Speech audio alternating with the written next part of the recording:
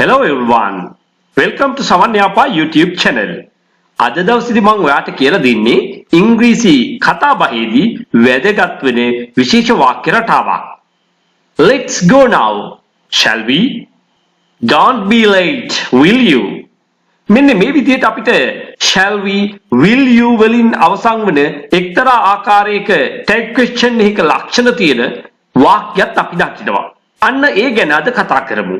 ඉතින් සුපුරුදු විදියට පාඩමේ මුල ඉඳන් අවසානයේ දක්වා රැඳී ඉන්න ඔයාට මේ සියල්ලම හොඳින් ඉගෙන ගන්න හැකියාව තියෙනවා. අපි ඇවිදින්න යමු. නේද? අපි ඇවිදින්න යන්නේද? ඔන්න ඔහොම කතා කරනකොට කියනවනේ. මේ සිංහල වචනත් එක්ක හැප්පෙන්න යන්න එපා. වඩාත් හොඳ වෙන්නේ මේ මොකක්ද මෙන්න මේ වාගේ අදහසක් කියන්න භාවිතා කරන ඕනෑම වචනයක් සිංහල භාෂාවේදී අපිට යොදා ගන්න පුළුවන්. අපි සරලව තේරුම් ගන්න නේද කියන ටැග් එක අපි භාවිතා කරමු. අපි ඇවිදින්න යමු නේද? Let's go for a walk, shall we?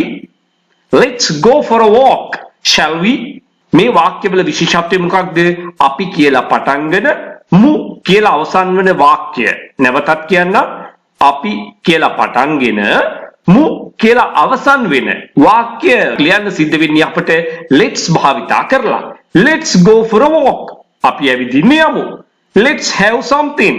අපි මොනවා හරි කමු. Let's sing a song. අපි ගීතයක් ගායනා කරමු. අන්න ඒ විදිහට අපි කියලා පටන්ගෙන මු වලින් අවසන් වෙන එක්තරා අන්දමක යෝජනාවක්, suggestion එකක් ඉදිරිපත් කිරීමේ හැකියාව මේකින් දිනනවා. ඉතින් එවැනි එකදී tag එක අපි නිර්මාණය කරලා තියෙන්නේ shall we කියලා. අපි මොනවා හරි කමු නේද? Let's eat something. Shall we? I'm very hungry. I'm quite hungry. Let's eat something, shall we? Let's drink something, shall we? I'm quite thirsty. Let's drink something, shall we? Let's go somewhere, shall we? ඔන්න ඔය විදිහට අපිට කියන්න පුළුවන්. Let's go somewhere, shall we? ඉතින් අන්න ඒ වගේ අදහස් ප්‍රකාශ කිරීමේදී tag එක ඔයා ඒ විදිහට පාවිච්චි කරන්න. එතකොට අර අපි ඉගෙන ගත්ත මීට කලින් වීඩියෝ වේදී ඉගෙන ගත්ත කතාවට මේක ඍජුවම අදාළ වෙන්නේ නැහැ. ඒ කියන නීතියම මේකට ක්‍රියාත්මක වෙන්නේ නැහැ. මොන වාක්‍ය වලටද? let's කියන වාක්‍ය වලට. එහෙනම් දැන් බලන්නකෝ මේ මොකක්ද කියලා තියෙන්නේ. අපි මෙහෙමත් දේවල් කියනවනේ. imperatives එක. විශේෂයෙන්ම මේ බලන්න. Don't be late. Will you? පරක් වෙන්න එපා. හරිද? දැන් අපි මෙහෙමත් කියනවනේ. Don't be late. Okay. Don't be late, right? අන්න එහෙමත් යෙදුම් අපි පාවිච්චි කරනවා.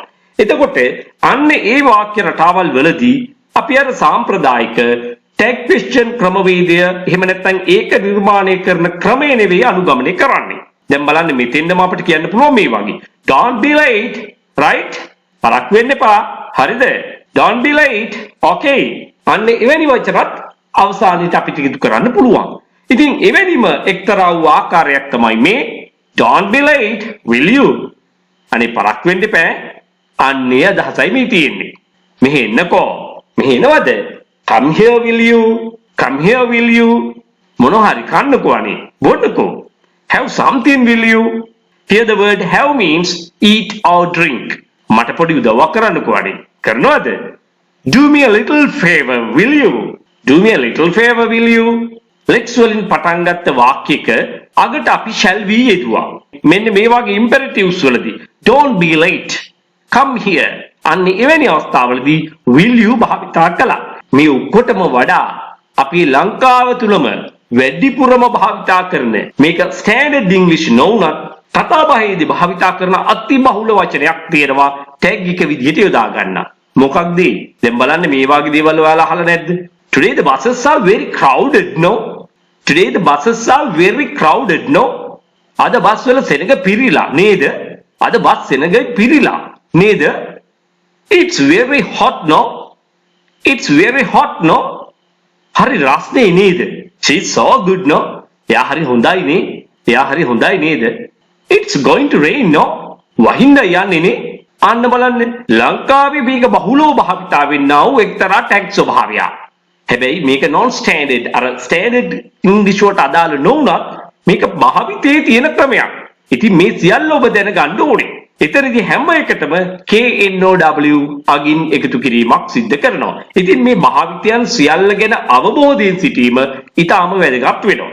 ළමයින්ට සහ වැඩිහිටියන්ට ව්‍යාකරණානුකූලව ඉංග්‍රීසි කතා කිරීම පුහුණුව කරනවා ඔන්ලයින් ක්ලාසස් ලෙස.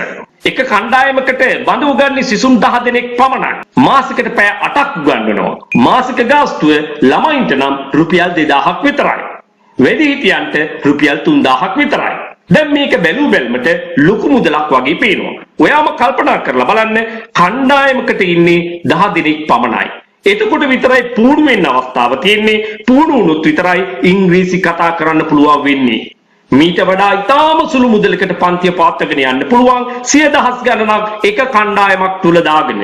ගුරුවරයා විදියට හැමදාමත් මම ගොඩ යනවා ඉගෙන ගන්න කෙනා කිසිම දවසක ගොඩ යන්නේ නැහැ.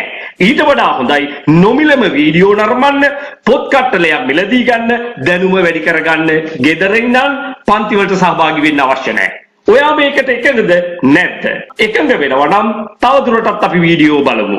කණ්ඩායමකට එකතු වෙන්න අපහසු නම් ඒ සඳහා වෙලාවක් නැත්නම් Tamanට පහසු වෙලාවක් සූදානම් කරගන්න පුළුවන් මාත් එක්ක කතා කරගෙන. මාසෙකට පැය 6ක් ප්‍රැක්ටිස් කරනවා රුපියල් 10,000ක් පමණයි පන්ති ගාස්තුව වෙන්නේ. මීට කලින් කතා කරේ අපි ඔන්ලයින් ක්ලාසස් ගැන. දැන් අපි කතා කරන්නේ නේවාසික කණ්ඩායම් පන්ති ගැන. සාමාන්‍ය පෙළ විභාගයෙන් පසුව උසස් පෙළ විභාගයෙන් පසුව එහෙමත් නැත්නම් වැඩිහිටියන්ට මේ පාඨමාලාවට සම්බන්ධ වෙන්න පුළුවන්. ඒත් එක කණ්ඩායමකට බඳු උගන්නේ 10 දෙනෙක් විතරයි. මේකයි විශේෂත්වය. කණ්ඩායමේ පිරිස අඩු වෙනකොට ඔයාට පුහුණු වෙන්න ලැබෙන පැය ගණන අවස්ථාව වැඩි. එහෙමනම් ඔබට නියත වශයෙන්ම ඉංග්‍රීසි කතා කරන්න පුළුවන්. මේ පන්තියේ විශේෂතා ගොඩක් තියෙනවා. ව්‍යාකරණ සමග කතා පුහුණුව දවසකට පැය 10ක්ම සිදු කරනවා. එහෙනම් හිතා ගන්න පුළුවන් නේද කොයිතරම් ප්‍රමාණයක් පුහුණු වෙන්න ඔබට අවස්ථාව දීලා තියෙනවද කියලා. ආහාර පාන සමග නවාතැන් පහසුකම් සපයනවා. සම්පූර්ණ පාඨමාලා ගාස්තුව රුපියල් 75000ක් පමණයි. මේ ගාස්තුව කියනකොට මේක ලොකු මුදලක් විදියට ඔයාට පේනවා. නමුත් අතිශයින්ම ප්‍රායෝගික වෙන්න. යථාර්ථයේ තේරුම් ගන්න. 75000 බෙදලා බලන්න දින 45යි. දිනකට ඔබ වැය කරන්නේ 1666ක් පමණයි. කන්න බොන්න අවස්ථාව ලැබෙනවා. ඉනුම් හිටුම් ලැබෙනවා. දවසකට පැය 10ක් ඉංග්‍රීසි කතා කරන්න පුහුණු කරනවා. දැන්වත් ඔබ ප්‍රඥාව අවදි කරගත යුතුයි. දැන්වත් ඔබ යථාර්ථයේ තේරුම් ගත යුතුයි. එහෙමනම් ඔයාගේ සැබෑ උවමනාව, සැබෑ කැමැත්ත ඉංග්‍රීසි කතා කරන්න නම් ඔබ නියත වශයෙන්ම ඉංග්‍රීසි කතාව පුහුණු විය යුතුයි. ඔයාට තාමත් ඉංග්‍රීසි කතා කරන්න බැරි නම් වරද තියෙන්නේ ඔයාගේ අතේමයි. ඔයා හරි දේ හරි විදිහට තෝරගන්න දන්නේ නැතිකම නිසායි. මේක කිව්වට අමනාප වෙන්න එපා. නමුත් මේක නෙමෙයිද සත්‍ය. ඔබ ඉගෙන ගන්න ක්‍රමය වෙනස් කරන්න. ඔබට සුදුසුම පන්තියකට සහභාගී වෙන්න තරම් ඔබ ප්‍රඥාවන්ත විය යුතුයි. ඔයා මගේ පන්තියට සහභාගී වෙන්න අවශ්‍ය නැහැ. මොන පන්තියට සහභාගී වුණත් හොඳ ගුරුවරයෙකු යත්තේ කුඩා කණ්ඩායම් පන්තියකට සහභාගී වුණොත් ඔබට පුහුණු වෙන්න අවස්ථාව වැඩියෙන් ලැබෙනවා නම් ඔයාට අනිවාර්යයෙන්ම ඉංග්‍රීසි කතා කරන්න පුළුවන්. මේක තමයි පරම සත්‍යය. ඔබ එකඟ නම් මා සමග ඔයා මේ වීඩියෝව ඔයාගේ හිත මිතුරන් අතරේ ෂෙයා කරන්න. ඔයා ඊළඟ කණ්ඩායමට එකතු වෙන්න කැමති නම් අපිත් එක්ක 071 011 22 62ට දැන්ම WhatsApp පණිවිඩයක් යොමු කරන්න.